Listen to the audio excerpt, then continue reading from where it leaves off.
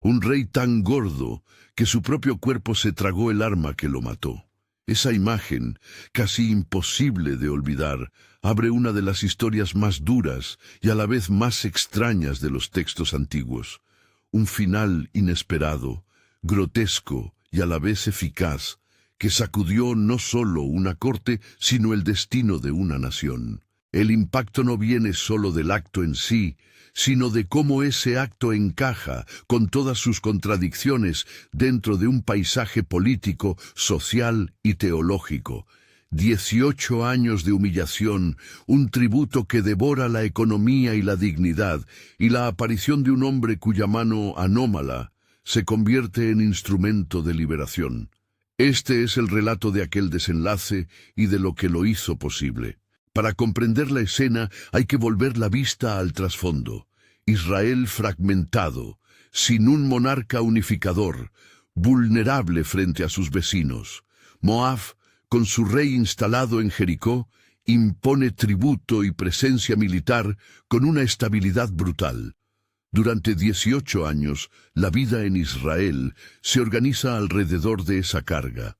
La cosecha, el trabajo de los pastores, las existencias de las aldeas, todo está condicionado por la obligación de pagar y aplacar al señor extranjero. No hablamos de una campaña breve, hablamos de generaciones marcadas por la presión constante de un poder externo que reclama lo que necesita y somete lo que quiere. Jericó, con su posición estratégica junto a las rutas del Jordán, actúa como cabeza de la ocupación. Desde allí se vigilan los vados, se controla el flujo de tributos y se proyecta la autoridad de Moab sobre las tierras circundantes. En ese escenario surge Ahod, un hombre de la tribu de Benjamín. No es héroe idealizado, no tiene linaje real, ni hace promesas grandilocuentes. Su rasgo más notable, el que el texto conserva con precisión, es su surdera. Si la historia bíblica recoge la surdera como detalle, no es por capricho. En la práctica militar y cultural de la época, ser zurdo podía marcarte como extraño, torcer expectativas y, en manos acertadas, ofrecer ventajas tácticas que los más previsores no sospechaban. Para Ahod, la zurdera será una cuña de desplazamiento. Aquello que otros menosprecian se convierte en herramienta. Ahod no llega al palacio con ejército ni con conspiradores disfrazados de ministros. Se infiltra con la normalidad del tributario. Las caravanas de tributo no iban a caballo de guerra, eran procesiones controladas, visibles, supuestamente inofensivas. Entre las columnas de camellos y carros, el portador del tributo pasa desapercibido. Esa es la coartada. El invasor que vigila no espera que la salvación llegue en la forma de un mensajero tímido ni de un agricultor que vuelve con la ofrenda. El plan que Ahod articula funde ingenio práctico y un conocimiento exacto de la psicología del ocupante.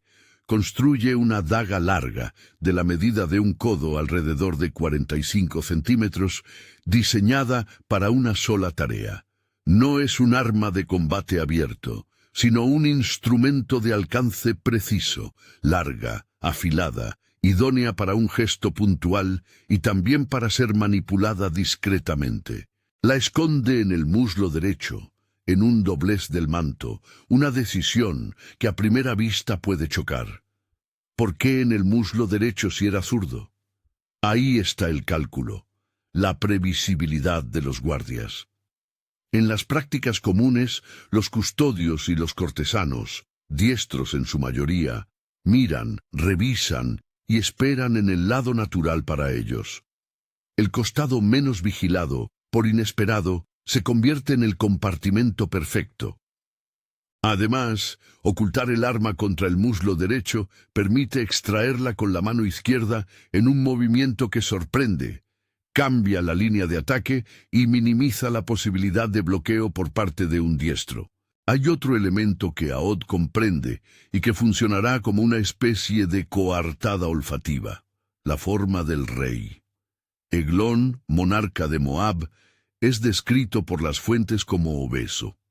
En el contexto de su tiempo, la gordura real no era solo una cuestión privativa del alimento. Era signo de poder, de exceso, de indiferencia al riesgo. Pero esa misma presencia corpórea convertirá a Eglón en un receptáculo inesperado. La grasa en el lenguaje del relato no será mero adorno, será la tumba que traga el instrumento, la sombra que oculta la prueba, la causa de un olor que habrá de engañar a sus guardianes. Aod organiza su movimiento con frialdad metódica, se integra a la comitiva del tributo, efectúa su recorrido sin llamar la atención, y cuando llega su momento solicita audiencia privada con la apariencia de un mensajero o de alguien que trae una palabra importante para el rey. Aquí, la tradición relata que se explota un protocolo de cortesía. Los reyes, por razones religiosas o culturales, a veces otorgaban la privacidad a quienes afirmaban tener una revelación o un asunto que requería confidencia. Aod lo aprovecha. No hay escenas de bullicio ni conspiraciones públicas. Todo ocurre en la calma que precede a la violencia, en la confianza que el protocolo militar y cortesano induce en quien ejerce el poder. La cámara superior del palacio, un espacio íntimo, apartado del estrépito del trono, es el teatro final. Imaginemos la sala, cortinas pesadas, una tarima o dais donde el rey reposa, gentiles servidores fuera de la puerta y el silencio expectante de quienes creen que la violencia será lo último en entrar allí. Eglón se muestra receptivo, quizá dispuesto a escuchar una palabra que valide su reinado, dispuesto a creer que todavía controla los hilos que tensan su situación. Aod entra, la tensión se concentra, cada paso es una partitura que lleva a un único acorde, el instante de tomar la daga.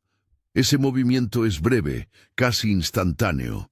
La mano izquierda, firme y controlada, alcanza la empuñadura, la saca con soltura y la dirige en línea recta hacia un punto preciso. La daga entra. La longitud del arma permite una penetración profunda, más allá de lo que una exposición superficial podría lograr. El mango desaparece, hundido en la carne amortiguada por la grasa. El relato conserva el detalle con una dureza sin adornos. El instrumento queda tragado por el cuerpo. No es una metáfora que busque dramatizar por sí sola. Es una observación de la física del gesto. La grasa, densa y maleable, hace posible que la hoja quede allí, oculta, sintiente de un modo grotesco el triunfo momentáneo. La reacción inmediata no es un coro de guardias entrando a escena. La narrativa detalla un fenómeno que parece a la vez prosaico y decisivo. Un olor, un aroma que emana del cuerpo del rey.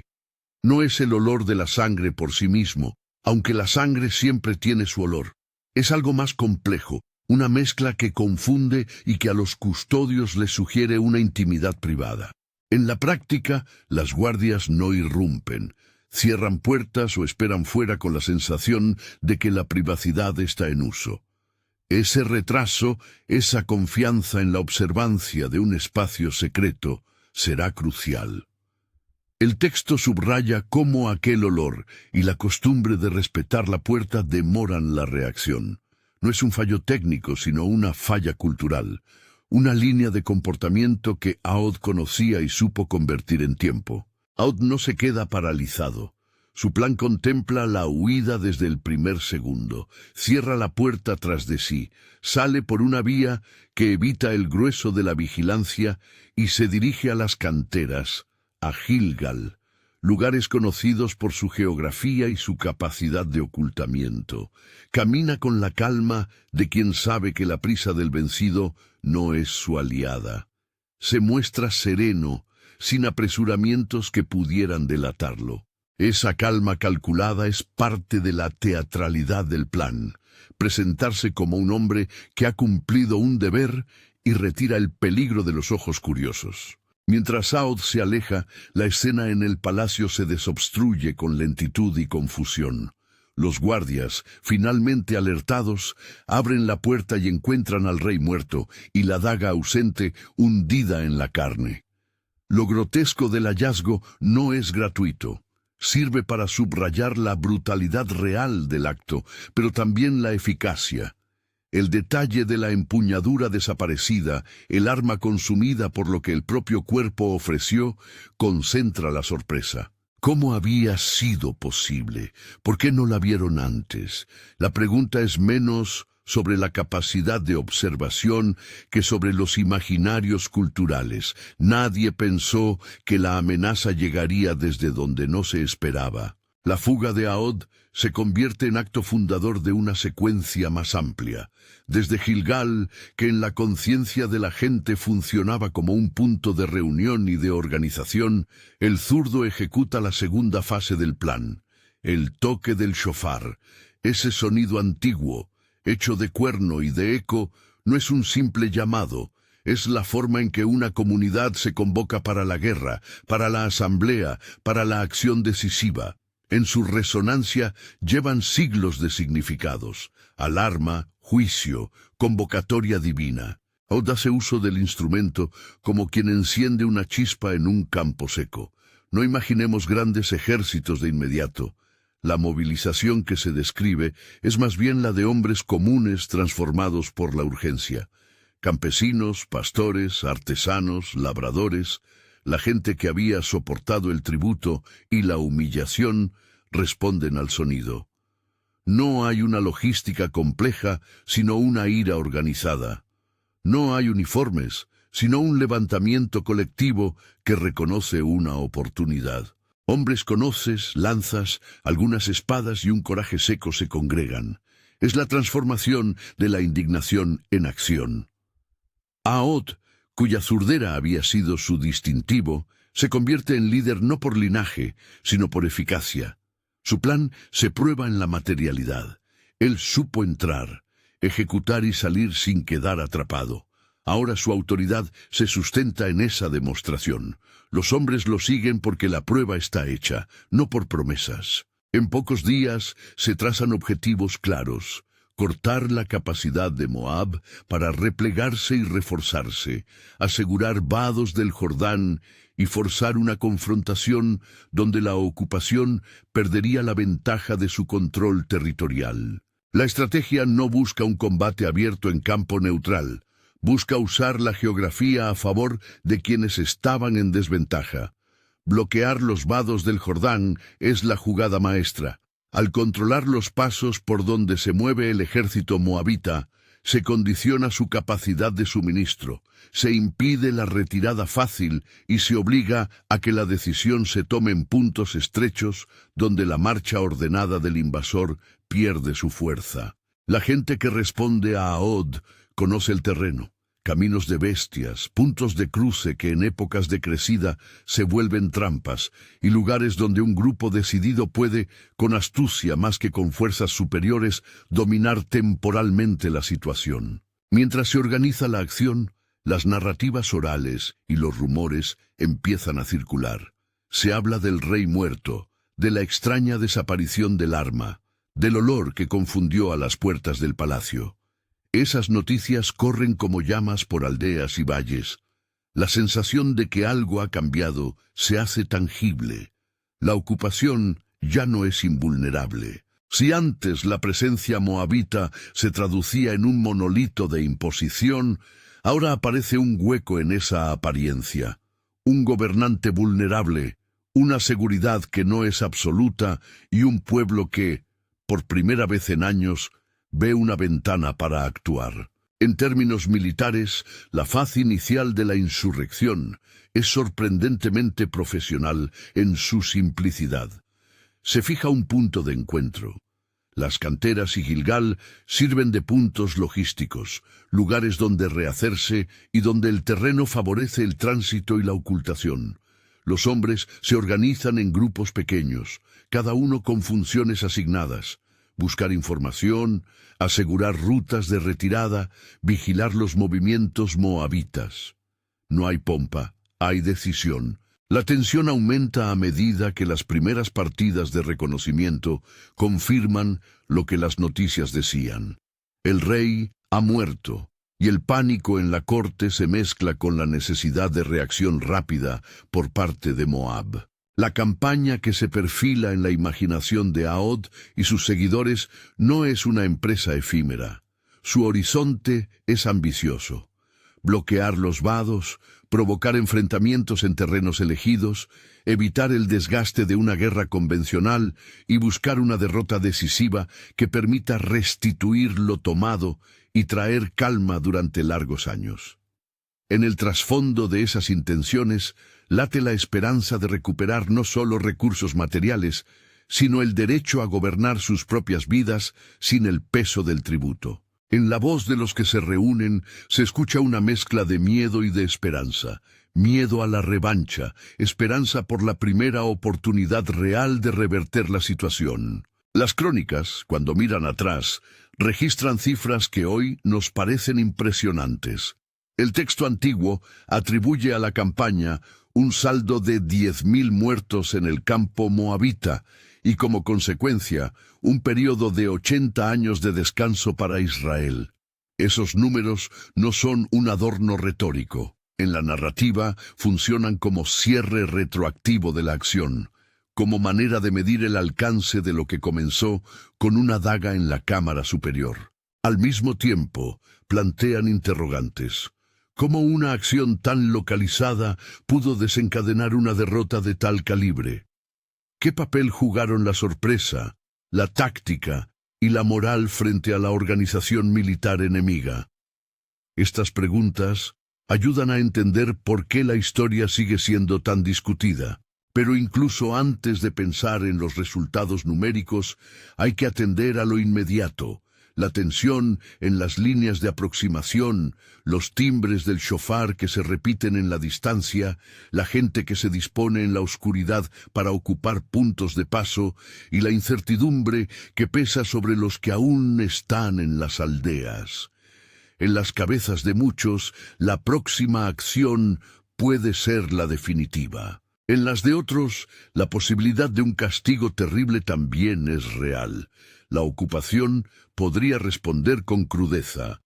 Esa ambivalencia, la mezcla de justicia buscada y violencia empleada, es precisamente el núcleo incómodo del relato. No es casual que el relato conserve la brutalidad con que todo ocurrió.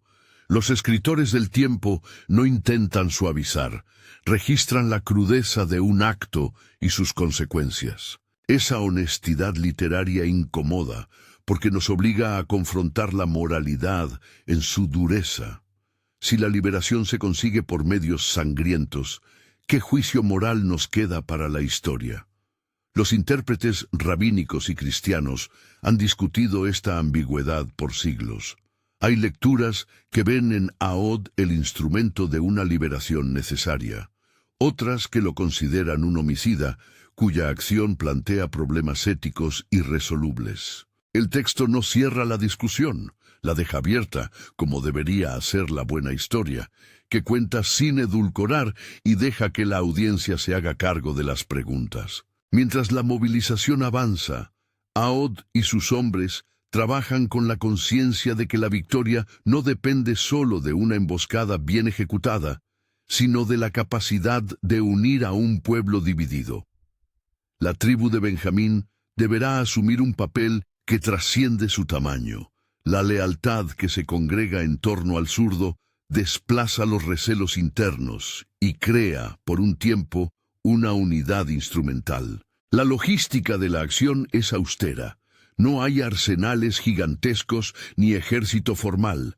La fuerza es la suma de intenciones, del conocimiento del terreno y de la elección de los lugares y tiempos en los que la superioridad numérica o la disciplina del adversario pueden ser neutralizadas. El último crepúsculo antes de la acción se percibe con particular nitidez. Las voces se apagan para dejar paso a los pasos controlados. Los shofares suenan como un latido colectivo, y en la penumbra, los grupos toman posición en los vados. Allí, El Jordán estrecha su curso. Los pasos por donde han pasado comerciantes y ejércitos se convierten en embudos. Si Moab desea cruzar masivamente sus fuerzas, deberá hacerlo por esos lugares. Esa geografía, que durante años había servido como ruta de paso a los ocupantes, ahora será su trampa si los israelitas logran sostener la cobertura. El aire está cargado de una mezcla de humedad, polvo y la expectativa eléctrica de lo que está por romperse. En la mañana que sigue a la última noche de preparativos, el primer rumor llega. Patrullas moabitas se acercan a los vados. Los hombres se tensan. Ahod observa sin grandilocuencia. Su zurda descansa sobre la empuñadura de un arma prestada, y su mirada recorre el paisaje midiendo tiempos y distancias. Es el momento en el que una idea se convierte en destino. Si la acción tiene éxito, el pago de 18 años puede revertirse. Si fracasa, el precio será tremendo. La historia está a punto de decidirse en el cruce de un río, y en la memoria del pueblo quedará el eco del shofar que convocó a la gente común a disputar el sentido de su vida. Ese cruce, la emboscada en los vados y la respuesta que dará Moab marcan la siguiente fase. Se avecina el choque, la narración recoge los preparativos, las voces que animan y los miedos que susurran. En ese instante final, antes de que dos voluntades colisionen, la historia detiene su marcha para dejar que el lector respire la tensión. La epopeya que arrancó en la cámara privada de un rey obeso, con una daga hundida y una coartada olfativa, está por desplegarse en la geografía del Jordán, donde la fragilidad del poder se enfrentará a la astucia de la marginación. ¿Serán suficientes la sorpresa y la disposición popular para desmoronar la ocupación? ¿O la contraofensiva de Moab cerrará la puerta a cualquier esperanza? La respuesta a esas preguntas depende de una serie de decisiones que ya han sido tomadas y de otras que aún están por tomar. Mientras tanto, en los vados, el silencio se tensa. En Gilgal, las últimas órdenes se pronuncian, y en el corazón de quienes han vivido décadas bajo tributo, la posibilidad de un mañana distinto late con fuerza nueva. La madrugada que siguió a la última vigilia fue la hora en que los vados del Jordán dejaron de ser pasos neutrales y se convirtieron en cuchillas, embudos naturales, angostos, con márgenes donde la maleza y las rocas obligaban a los hombres a avanzar en filas que podían partirse y dispersarse con facilidad. Allí, entre la humedad del río y el polvo de senderos milenarios, se dispusieron los grupos formados en Gilgal. No eran soldados profesionales, no había estandartes que marcara unidad, pero sí había algo que la organización militar no compra: conocimiento del terreno, una intención conjunta y la voluntad curtida de quienes habían soportado la falta y la humillación. En esa mezcla residía la esperanza de que lo improbable se volviera decisivo. Ahod, con la zurda que le había labrado el destino, ya no era el hombre que entró bajo la caravana del tributo. Había pasado a ser el catalizador de una revuelta que, más que firmarse con títulos, se inscribía en el gesto de la gente. Su figura, austera, recorría los puntos donde se concentraban las partidas. No gritaba arengas grandiosas, consultaba, señalaba lugares y escuchaba. Su autoridad emergió de la eficacia, de la demostración que todos conocían. Había entrado en la cámara del rey, había actuado y llenó la cadena de acontecimientos que ahora abrían una ventana. Liderar, en ese momento, fue menos un ejercicio de mando que una tarea de coordinación, para que cada grupo supiera qué debía hacer cuando el primer movimiento enemigo se hiciera evidente. Al despuntar el día, las primeras patrullas moabitas se encontraron con caminos que no estaban libres. Tal vez no imaginaron una emboscada masiva. Sus órdenes las empujaban a medidas de control rutinarias, a revisar caravanas, a mantener puntos de paso.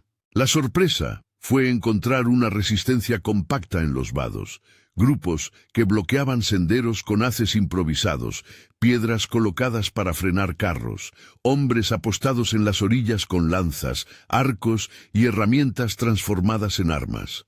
Fueron esas frágiles barricadas, sostenidas por un conocimiento íntimo de cada curva y paso, las que empezaron a condicionar la maniobra moabita. Lo que sigue en los relatos es una sucesión de enfrentamientos cortos pero decisivos, en un lugar donde la masa del ejército tenía que comprimirse para atravesar. La disciplina se transformó en desventaja, la movilidad se volvió torpe y la vulnerabilidad aumentó. Los atacantes, hombres que habían visto su cosecha confiscada, que conocían cada camino de rebaño y cada escondite, se aprovecharon de la geografía para golpear de manera precisa. No hablamos de grandes formaciones que se enfrentan en llanos abiertos. Hablamos de choques en pasos estrechos, donde la organización y el terror de una retirada desordenada cuentan tanto como la habilidad marcial. La narración tradicional apunta a un saldo luctuoso y masivo: 10.000 muertos en el campo de Moab. Esa cifra, que suena a catástrofe numérica, exige ser leída con cautela histórica y ponderación. No todos los estudiosos la toman como un censo literal. Algunos la interpretan como símbolo de la devastación y del alcance del triunfo. Sin embargo, incluso si la cifra es aproximada o retórica en su forma, no atenúa la realidad que apunta. La derrota de las fuerzas moabitas fue contundente, y para quienes vivieron los días siguientes, el peso de la victoria se midió en cuerpos, en huidas, en saqueos y en la recuperación de lo que había sido arrebatado. Las cifras, en este caso, son el eco numérico de una reconfiguración política.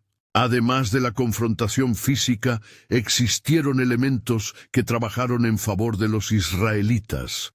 El efecto psicológico de la muerte del rey, la confusión inicial en la corte moabita, la dificultad de reorganizar tropas lejos de bases seguras, y la urgencia de responder a la sorpresa. Cuando un gobernante es eliminado de manera tan inesperada y con detalles que humillan la apariencia de invulnerabilidad, la reacción institucional suele ser desordenada. Las órdenes tardaron en consolidarse, los mensajeros largos en correr y la cadena de mando en recomponerse. En ese vacío, la acción decidida en los vados se volvió la diferencia entre una respuesta contenida y una derrota general. Ahod y sus hombres no persiguieron a un ejército hasta el agotamiento. Lo que buscaban y consiguieron fue neutralizar la posibilidad de que Moab mantuviera el control sobre los territorios ocupados y siguiera imponiendo tributo. Bloquear vados, cortar rutas de suministro, obligar a las tropas a pasar por terrenos hostiles. Esas acciones, combinadas, hicieron que la superioridad numérica del enemigo se diluyera en la ineficacia. La campaña se desarrolló con esa lógica: no aniquilar por el gusto de la venganza, sino reconfigurar las condiciones políticas para recuperar la autonomía. El resultado fue una derrota que, en términos prácticos, cerró un ciclo de sometimiento. La noticia de la victoria tuvo efectos inmediatos en la geografía social. Aldeas que habían sido perforadas por el tributo recuperaron parte de sus reservas. Familias volvieron a disponer de sacos y herramientas que habían sido requisadas. Los pastos dejaron de estar marcados por el paso constante de los rebaños extranjeros. La economía local respiró, y con ello llegó una calma tangible que duraría décadas. Los textos antiguos consignan un período de 80 años de paz, un lapso enorme en la vida de una generación, que permitió recomponer instituciones locales, restituir prácticas religiosas y trabajar en la reconstrucción de comunidades desgastadas por el tiempo del tributo. Esa paz, 80 años que la tradición nos pone como marcador, no surgió como un milagro desligado de la política. Fue, en buena medida, el saldo de una derrota estratégica que sacudió la capacidad de Moab para sostener una ocupación permanente y una imposición económica. También fue producto de la legitimidad que se ganó Ahod y los suyos. El pueblo, testigo de la caída del rey obeso en su cámara y de la eficacia posterior, tuvo razones para respaldar el nuevo orden surgido de la revuelta. No obstante, la paz no arregló mágicamente las heridas. Dejó cicatrices, memorias de violencia y debates en las generaciones siguientes sobre los métodos empleados para alcanzarla. Desde el punto de vista de la tribu de Benjamín, la experiencia fue transformadora. Una tribu pequeña, a veces vista como periférica, asumió un rol central en la historia colectiva. La fama de la surdera que actuó con astucia se trasladó a una identidad que, para algunos, significó orgullo, para otros, motivo de cautela. En la narrativa social posterior, los nombres y los episodios se repiten como advertencia y como ejemplo. Advertencia sobre los riesgos de la fragmentación interna. Ejemplo de que la iniciativa puede nacer en lo marginal. En términos culturales, la historia dejó una huella. La capacidad de la comunidad para movilizarse sin un rey unificador y la legitimidad que puede nacer de actos imprevistos. Pero la victoria deja al mismo tiempo interrogantes que no se disuelven con la paz. La acción que desencadenó la campaña fue violenta y su realización en el interior de una cámara real merece una reflexión ética que la memoria histórica no puede eludir. Aquí es donde el relato bíblico muestra su virtud literaria y su honestidad. No disfraza ni santifica el acto, lo entrega tal como ocurrió, con su crudeza, y lo coloca frente a la conciencia colectiva. Esa exposición provoca inevitablemente lectura y debate. Hay al menos dos maneras prominentes de leer el suceso, y ninguna de las dos cierra el asunto de forma absoluta. La primera lectura, que encontraría eco entre quienes ven la historia como trama de liberación, postula que en contextos de opresión sostenida, Dios, o la providencia histórica, puede usar a personas improbables y métodos inesperados para romper cadenas. Desde esta perspectiva, Ahod no es un simple criminal. Es el instrumento por el cual se restituyen derechos y se corta una estructura injusta. La violencia, aunque lamentable, se sitúa en el marco de una respuesta a una ocupación que sistemáticamente violó la autonomía de un pueblo. Esta lectura enfatiza la idea de que la libertad a veces requiere medidas drásticas y que la historia está salpicada de episodios donde lo improbable lleva a la reparación. La segunda lectura es de corte crítico y sapiencial. Reconoce la eficacia del acto, pero no lo legitima moralmente como ejemplo. Desde esta mirada, el relato registra una acción que plantea problemas éticos serios. ¿Es admisible matar de manera clandestina a un gobernante, aun cuando ese gobernante somete y oprime? ¿Qué líneas morales se cruzan cuando se decide que la expediencia justifica el medio? Quienes sostienen esta interpretación suelen insistir en la necesidad de prudencia y en la complejidad de juzgar acciones pasadas con categorías simples. Para ellos, la historia se vuelve una advertencia sobre las consecuencias inexorables de la violencia y sobre la manera en que la liberación puede acarrear nuevos costos humanos y morales. Ambas perspectivas se alimentan, en el texto bíblico, de una tensión productiva. El autor no pretende dar una sentencia final. Registra y describe con crudeza, dejando que la comunidad lectora absorba la disyuntiva. Esa forma de narrar, contar sin excusas y sin sanciones explícitas, es, para muchos, uno de los rasgos más profundos de la literatura bíblica. Su capacidad para presentar personajes y actos en toda su complejidad y obligar al público a pensar en el juicio. La historia no endiosa al homicida ni lo vilipendia con un único gesto. Lo deja tal como es, humano, contradictorio, capaz de armar un plan mortal y al mismo tiempo de provocar una liberación duradera. Hay además una dimensión teológica que toca la cuestión de la instrumentación divina. Dios usa medios humanos, incluso violentos, para cumplir propósitos de liberación. Las respuestas varían según marcos hermenéuticos. Algunos teólogos sugieren que la historia da cuenta de un patrón en el que la providencia se manifiesta incluso en acciones humanas moralmente ambiguas. Otros sostienen que se debe diferenciar entre descripciones históricas y aprobación moral, de modo que el relato no implica la bendición divina sobre cada medio utilizado. La prudencia hermenéutica aconseja reconocer que el texto fue compuesto en contextos donde la memoria histórica y la teología se entrelazan y que su función puede ser tanto moral como didáctica, mostrar consecuencias, enseñar prudencia, dar testimonio. El tema de la surdera, que en la trama aparece como clave técnica, tiene también resonancias simbólicas. Ser zurdo, en la antigüedad, no era simplemente una curiosidad biomecánica, podía marcar a alguien como extraño, difícil de encajar en rutinas. En la historia de Aod, la surdera se convierte en virtud estratégica, subvirtiendo una convención que presumía la mano derecha como disposición natural para la acción militar. Es un recordatorio literario de que lo que los sistemas descartan por raro o inadecuado puede, en ocasiones, volverse decisivo.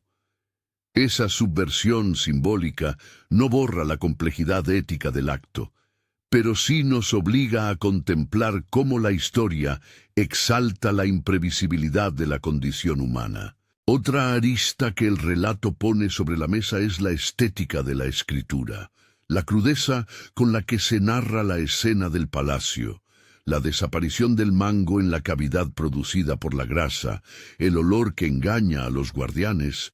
No es un recurso de sensacionalismo vano, es la manera en que los cronistas muestran la fragilidad del poder.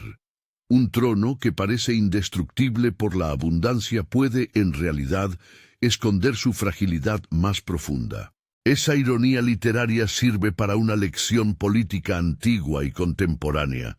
La seguridad ostentosa no equivale a invulnerabilidad. Los excesos que se exhiben como señales de fuerza pueden, paradójicamente, ser los que la debiliten. No obstante, la narrativa también conserva el respeto por las víctimas. Aunque el rey aparece en el relato como opresor, su muerte no es celebrada con regocijo gratuito. Se describe con dignidad narrativa, sin chanzas ni insultos. Esa neutralidad respeta a la humanidad incluso cuando relata hechos violentos y se ajusta a la regla hermenéutica que subraya la distancia crítica entre la descripción y la prescripción moral. El relato invita a la reflexión más que a la imitación. Al concluir la cadena de hechos, la memoria colectiva retiene imágenes que sirven como lecciones múltiples.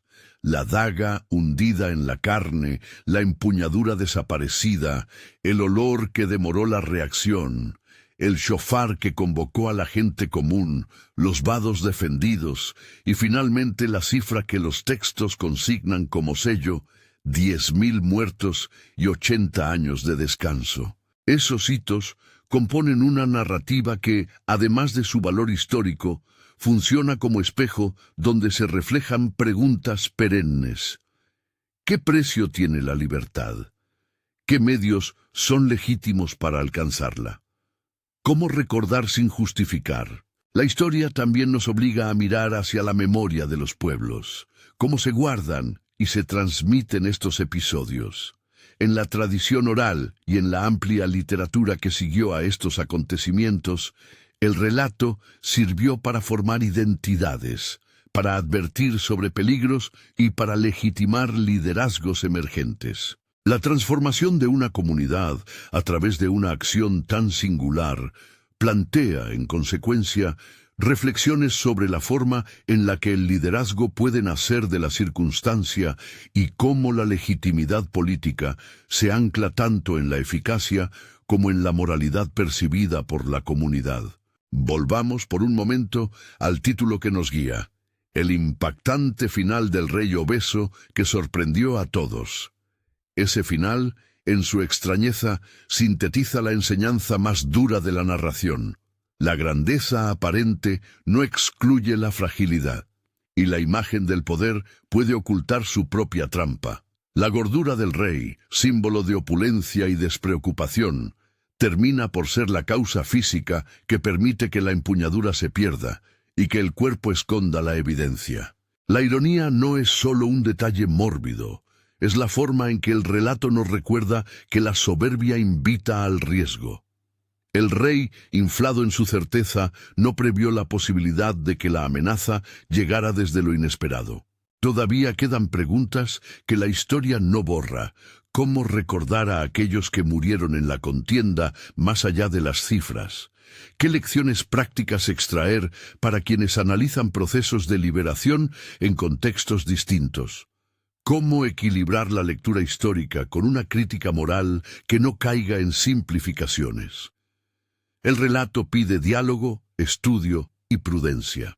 Invita a que las comunidades creyentes y las personas interesadas en la historia reflexionen sobre el peso de la voluntad colectiva y los límites de la acción violenta.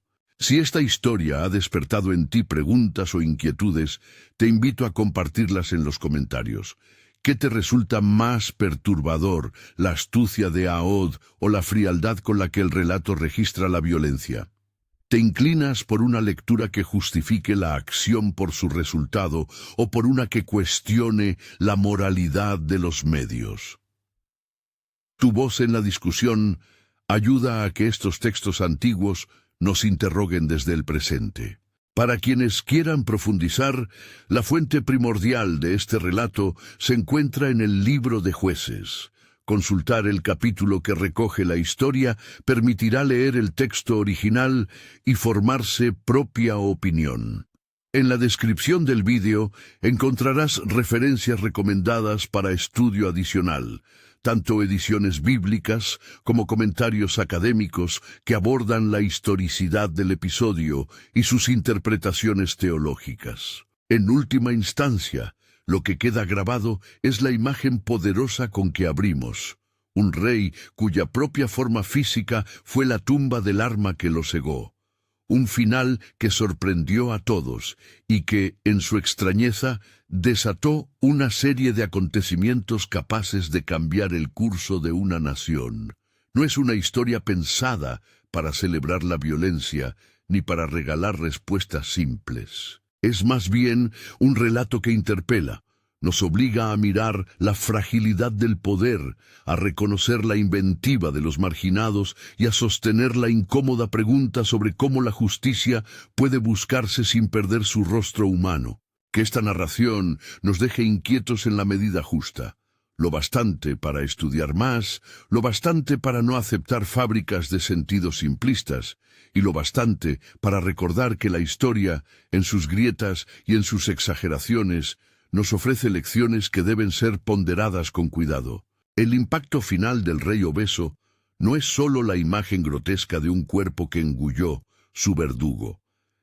Es la lección antigua y vigente de que el poder, cuando se confía exclusivamente a la ostentación, termina por mostrar su vulnerabilidad. Y esa vulnerabilidad, si se convierte en oportunidad, exige de nosotros una reflexión seria sobre los medios que usamos para transformar la realidad. Si te ha interesado esta historia y quieres que sigamos explorando otras narraciones bíblicas poco conocidas con la misma mezcla de detalle histórico, tensión narrativa y reflexión teológica, compártelo, comenta y consulta las fuentes en la descripción. Tu participación mantiene viva la conversación y ayuda a que estas historias sigan interrogando nuestras convicciones.